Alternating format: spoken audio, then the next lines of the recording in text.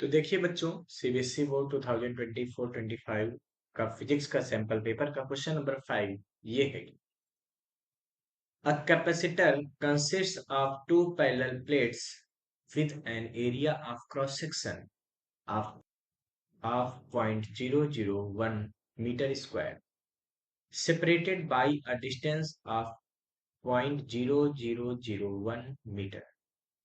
If the voltage across the plates varies at the rate of 10 to the power 8 volt per second, what then the value of displacement current through the capacitor is? Okay, और ये चार हमको option given है। पहला दिया है 8.85 into 10 power minus 3 ampere, दूसरा 8.85 into 10 to power minus 4 ampere, तीसरा 7.85 into 10 to power minus 3 ampere, और चौथा 8 9 पॉइंट और चौथा 9.85 into 10 to power minus 3 ampere. Okay, देखिए बच्चों, अब इसमें हम कैसे सोल्यूशन करेंगे। तो देखिए बच्चों, इस क्वेश्चन में हमसे कह रहे हैं कि एक कैपेसिटर है जिस जो कि दो पैरेलल प्लेट को कंसिस्ट कर रहा है। मतलब एक बच्चों आपकी ये पैरेलल प्लेट है, मान लीजिए ऐसी, ठीक है, और एक आपकी बच्चों ये पैरेलल प्लेट है। अच्छा, ठीक है। और कह रहे हैं इस पैरेलल प्लेट कैपेसिटर की प्लेट्स का जो एरिया है, ये एरिया, ठीक है, ये जैसे प्लेट है पूरी, है ना, जिसका हमें एरिया दे दिया है। क्या एरिया दिया बच्चों? ये दिया है हमें 0.001 मीटर स्क्वायर। अच्छा, और कह रहे हैं इन प्लेटों के बीच की जो डिस्टेंस है, ये डिस्टेंस स्मॉल डी, ये बच्चों हमें दिया है 0.0001 मीटर। ठीक। अब हमसे बच्चों कह रहे हैं कि अगर यहाँ पर rate of change of potential, मतलब ये एक तरीके से उसकी चार्जिंग या डिस्चार्जिंग की बात हो रही है ना, क्योंकि पोटेंशियल लगातार बदलना, मतलब डीवी अपॉन dt, ये अपने को दे दिया है 10 टू द पावर 8 वोल्ट पर सेकेंड। तो हमसे कह रहे हैं बताओ इसमें करंट कितनी होगी, कौन सी करंट? Displacement current. क्यों? क्योंकि आपको पता है ना बच्चों कि अगर कोई जब कैपेसिटर चार्ज होता है या डिस्चार्ज होता है तो उसकी प्लेट्स के बीच में करंट फ्लो हो जाती है। वो कौन सी होती है? डिस्प्लेसमेंट करंट होती है। मतलब displacement current is the current which flows due to change in electric field. Electric field में जब लगातार चेंज होता है, मतलब पोटेंशियल में चेंज होता है, तो वहां पे करंट फ्लो होती है। ये डिस्प्लेसमेंट करंट आपको निकालनी। अच्छा भाई, आईडी बराबर, तो यहाँ भी हम कह सकते हैं D Q upon D T का ही फॉर्मूला लगा सकते हैं, है ना।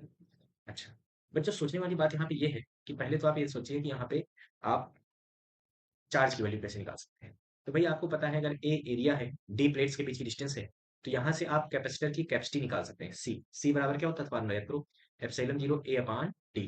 कैपेसिटी ऑफ कैपेसिटर क्या होता है? Epsilon zero A upon D. अच्छा, और अगर हम बेसिक यहाँ पे बात करते हैं तो क्यू बराबर क्या होता था? चार्ज चार्ज कैपेसिटर पे होता था, वो होता था सीवी, है ना।